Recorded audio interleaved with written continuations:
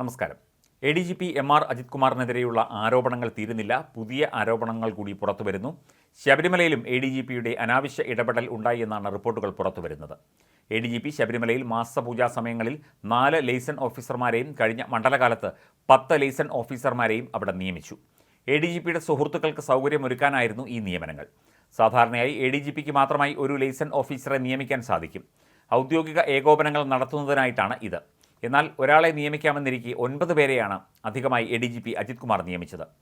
ADGPയുടെ ശബരിമലയിലെ ഇടപെടലിൽ ദേവസ്വം ബോർഡിന് അതൃപ്തിയുണ്ടെന്ന് ബോർഡ് പ്രസിഡന്റ് മുഖ്യമന്ത്രിയെ അറിയിച്ചിരുന്നു. 2023 അജിത് കുമാർ ശബരിമല ചീഫ് കോർഡിനേറ്ററായി ചുമതലയേറ്റത്. ഉത്തരവൊന്നും തന്നെ ഇല്ലാതെ ചുമതലപ്പെടുത്തലാണ് ശബരിമലയിൽ നടന്നത്. ഒരു ഡ്യൂട്ടിയും ചെയ്യാതെ ADGPയുടെ കീഴിലുള്ള ഉദ്യോഗസ്ഥർ ശബരിമലയിൽ ജോലി ചെയ്യുന്നുണ്ട് എന്ന വിവരവും ദേവസ്വം ബോർഡിൽ നിന്ന് ലഭിക്കുന്നുണ്ട്. കഴിഞ്ഞ ശബരിമല മണ്ഡലകാലത്ത് തിരക്ക് നിയന്ത്രിക്കാനാകാത്ത ഘട്ടമുണ്ടാവുകയും ഹൈക്കോടതി ഇടപെടൽ പോലും ഉണ്ടാവുകയും ചെയ്തിരുന്നു.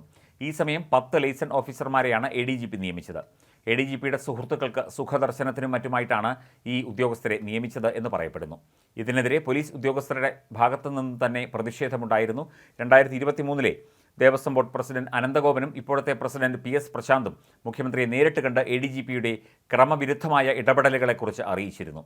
എന്നിട്ടും അജിത് കുമാറിനെതിരെ ഒരു നടപടിയും ഉണ്ടായില്ല. MR അജിത് കുമാറിനെതിരെയുള്ള നടപടിക്ക് സമ്മർദ്ദമേറുന്നതിനിടെ DGP ഷെയ്ഖ് ദർവേഷ് സാഹിബുമായി മുഖ്യമന്ത്രി വീണ്ടും കൂടിക്കാഴ്ച നടത്തിയിരുന്നു. സെക്രട്ടേറിയറ്റിലെ ഓഫീസിൽ നടന്ന കൂടിക്കാഴ്ചയിൽ ഇന്റലിജൻസ് ADGP മനോജ് എബ്രഹാമും പങ്കെടുത്തു. MR അജിത് കുമാർ RSS നേതാക്കളുമായി നടത്തിയതുമായി ബന്ധപ്പെട്ട വിവാദമാണ് ഇപ്പോൾ സർക്കാരിനെ പ്രതിരോധത്തിലാക്കിയിരിക്കുന്നത്. DGPയുടെ നേതൃത്വത്തിലാണ് കൂടിക്കാഴ്ചയെക്കുറിച്ച് അന്വേഷണം നടക്കുന്നത്. അന്വേഷണത്തിൽ വീഴ്ച കണ്ടെത്തിയാൽ നടപടിയെടുക്കാനും ആഭ്യന്തര വകുപ്പ് ആലോചിക്കുന്നുണ്ട്. ഇതിനിടെ കഴിഞ്ഞ വർഷം ADGP RSS നേതാക്കളെ കണ്ടത് 10 ദിവസത്തിനിടയിൽ 2 തവണയാണെന്ന വിവരങ്ങളും പുറത്തു വന്നിരുന്നു. അജിത് കുമാർ RSS നേതാക്കളുമായി കൂടിക്കാഴ്ച നടത്തിയെന്ന ആരോപണത്തിൽ CPM നേതൃത്വം നേരത്തെ കടുത്ത അതൃപ്തി രേഖപ്പെടുത്തിയതോടെയാണ് മുഖ്യമന്ത്രി ഇടപെട്ടത്. പരാതി ലഭിച്ചിട്ടില്ലെങ്കിലും അന്വേഷണം നടത്തി റിപ്പോർട്ട് സമർപ്പിക്കണമെന്ന് മുഖ്യമന്ത്രി സംസ്ഥാന പോലീസ് മേധാവിക്ക് നിർദ്ദേശം നൽകി.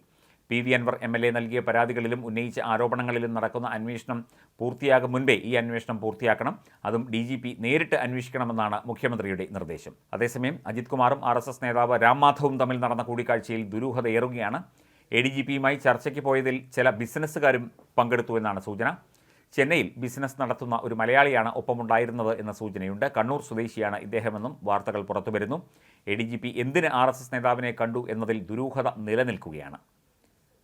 അതിനിടെ മുഖ്യമന്ത്രിക്ക് ADGP MR അജിത് കുമാർ വീണ്ടും കത്തയച്ചു. തനിക്കെതിരായ ആരോപണങ്ങളിലെ അന്വേഷണത്തിൽ നിരപരാധിയാണെന്ന് തെളിഞ്ഞാൽ ആരോപണം ഉന്നയിച്ചവർക്കെതിരെ സർക്കാർ കേസെടുക്കണമെന്നാണ് കത്തിൽ ADGP MR അജിത് കുമാർ ആവശ്യപ്പെട്ടിരിക്കുന്നത്.